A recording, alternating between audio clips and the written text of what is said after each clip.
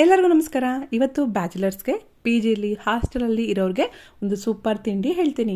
ಈ ತಿಂಡಿ ಮಾಡೋದಕ್ಕೆ 10 ನಿಮಿಷನೇ ಸಾಕು. ತುಂಬಾ ರುಚಿಯಾಗಿರುತ್ತೆ, ಆರೋಗ್ಯಕ್ಕೂ ಒಳ್ಳೆಯದು.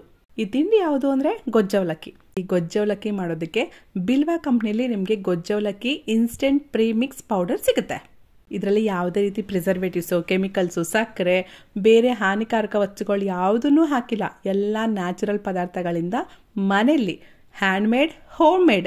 ಮನೆಯಲ್ಲಿ ಅಮ್ಮ ಮಾಡಿದ್ರೆ ಎಷ್ಟು ನೀಟಾಗಿ ಮಾಡ್ತಾರೋ ಅಷ್ಟೇ ನೀಟಾಗಿ ಇವರು ಮಾಡ್ತಾ ಇದ್ದಾರೆ. ಈ ಗೊಜ್ಜವಲಕ್ಕಿ ಮಾಡೋದು ತುಂಬ ಸಿಂಪಲ್. ಒಂದು ಬೌಲ್ ತೊಗೊಳ್ಳಿ, ಅದಕ್ಕೆ 1 ಕಪ್ಪಷ್ಟು ಈ ಪ್ರೀಮಿಕ್ಸ್ ಗೊಜ್ಜವಲಕ್ಕಿ ಪೌಡರ್ನ ಹಾಕೊಳ್ಳಿ. 3/4 ಕಪ್ಪಷ್ಟು ಉಗುರು ಬೆಚ್ಚಗಿರುವಂಥ ನೀರನ್ನ ಹಾಕೋಬೇಕು. ತುಂಬ ಬಿಸಿನೀರು ಬೇಡ, ತುಂಬ ತಣ್ಣೀರು ಬೇಡ, ಉಗುರು ಬೆಚ್ಚಗಿದ್ರೆ ಸಾಕು.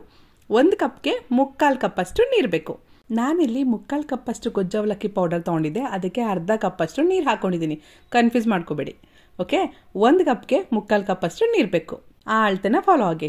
ನೋಡಿ, ನೀರು ಹಾಕ್ಬಿಟ್ಟು ಚೆನ್ನಾಗಿ ಕಲಸಿ ಮುಚ್ಚಳನ ಮುಚ್ಚಿಟ್ಟು ಒಂದು 10 ನಿಮಿಷ ಹಾಗೆ ಬಿಡಿ. 10 ನಿಮಿಷನೂ ಬೇಡ, 8 ನಿಮಿಷಕ್ಕೇ ಅದು ರೆಡಿ ಆಗುತ್ತೆ.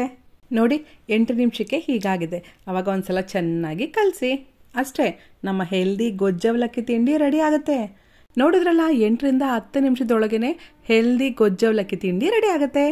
ಬ್ಯಾಚುಲರ್ಸ್ಗೆ, ಪಿ ಜಿಲಿರೋರಿಗೆ, ಹಾಸ್ಟೆಲಲ್ಲಿರೋರಿಗೆ, ಜೊತೆಗೆ ಟ್ರಾವೆಲ್ ಮಾಡೋರಿಗೆ, ಹೊರಗಡೆ ಹಾಳು ಮುಳು ತಿನ್ನೋದಕ್ಕಿಂತ ಈ ರೀತಿ ಹೆಲ್ದಿಯಾಗಿ ಗೊಜ್ಜವಲಕ್ಕಿ ತಿಂಡಿನ ಮಾಡ್ಕೊಂಡು ತಿನ್ನಿ.